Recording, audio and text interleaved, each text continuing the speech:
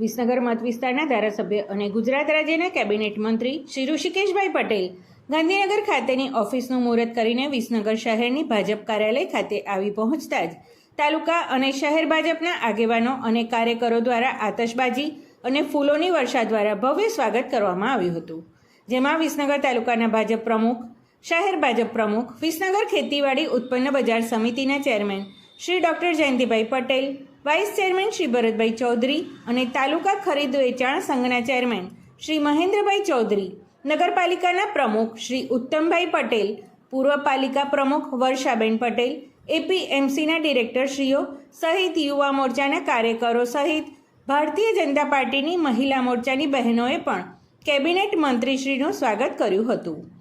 આ વિસ્તારના જાગૃત ધારાસભ્ય અને ગુજરાત રાજ્યના કેબિનેટ મંત્રી શ્રી ઋષિકેશભાઈ પટેલ આરોગ્ય મંત્રી તરીકે લોકપ્રિયતા હાંસલ કરીને હવે ફરી કેબિનેટ મંત્રી બનતા જ શહેરના તાલુકા તથા કાર્યકરોમાં ભારે ખુશી જોવા મળી રહી હતી.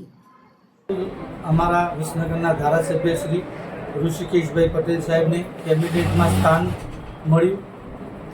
તેમાં અમારા વિસનગર તાલુકાના અમે સૌ કાર્યકર્તા મિત્રો ખૂબ જ આનંદની લાગણી અનુભવીએ છીએ અને સાથે સાથે દિલ્હી મોવડી મંડળ, ગુજરાત પ્રદેશ અધ્યક્ષ, મુખ્યમંત્રી શ્રી તમામનો કાર્યકર્તા વતી આભાર માનીએ છીએ અને ઋષિકેશભાઈ પટેલ સાહેબને ફરીથી કેબિનેટ મંત્રી બનાવ્યા.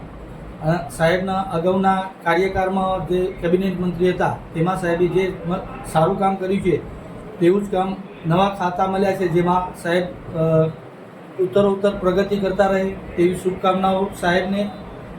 જય હિન્દ, જય ભારત. આજે અમારા ધારાસભ્ય લોકલાડીલા અને ફરીથી એમના કેબિનેટમાં સ્થાન મળ્યું છે. પેટ્રોલ, ઉર્જા અને પંચાયતનું જે ખાતું મળ્યું છે એના માટે નાના કાર્યકરને એમને યાદ કર્યા છે. એ બદલ આખું વિસનગર કાર્યકરો હર્કની લાગણી અનુભવે છે કે ફરીથી અમારા ધારાસભ્યને કેબિનેટનું સ્થાન મળ્યું છે ને ઉત્તરો એ પ્રગતિ કરતા રહીને અમારા વિસનગરનું ફરીથી દિશા બદલાય એ માટે અમારા હર હંમેશા અમારા આદર્શ અને અમારા લોકલાડીલા ધારાસભ્યને કેબિનેટ મંત્રી ઋષિકેશભાઈને આ સ્થાન મળ્યું એ બદલ અમે હર્કની લાગણી અનુભવી છે. અમે સર્વે કાર્યકર્તાઓ આજે ઉત્સાહભેર એમનું સ્વાગત કરવા અહીંયા પધાર્યા છે, એટલે અમને બહુ હરખ થયો છે. ભારતીય જનતા પાર્ટીના શીર્ષ નેતૃત્વનો આભાર માનું છું. આદરણીય નરેન્દ્રભાઈ, આદરણીય અમિતભાઈ અને આદરણીય નડ્ડાજી અને ગુજરાતના નેતૃત્વએ પણ મારા ઉપર વિશ્વાસ મૂકી અને ફરીથી જવાબદારી સોંપી છે.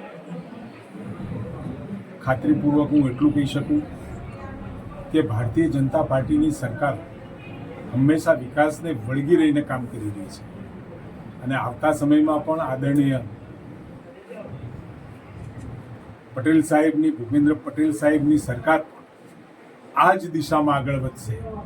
ખૂબ બધા વિકાસોના કામો અને એમાં પણ વિસનગર અને મહેસાણા જિલ્લામાં ભારતીય જનતા પાર્ટીની સરકારોનો આપણને લાભ પણ મળ્યો છે.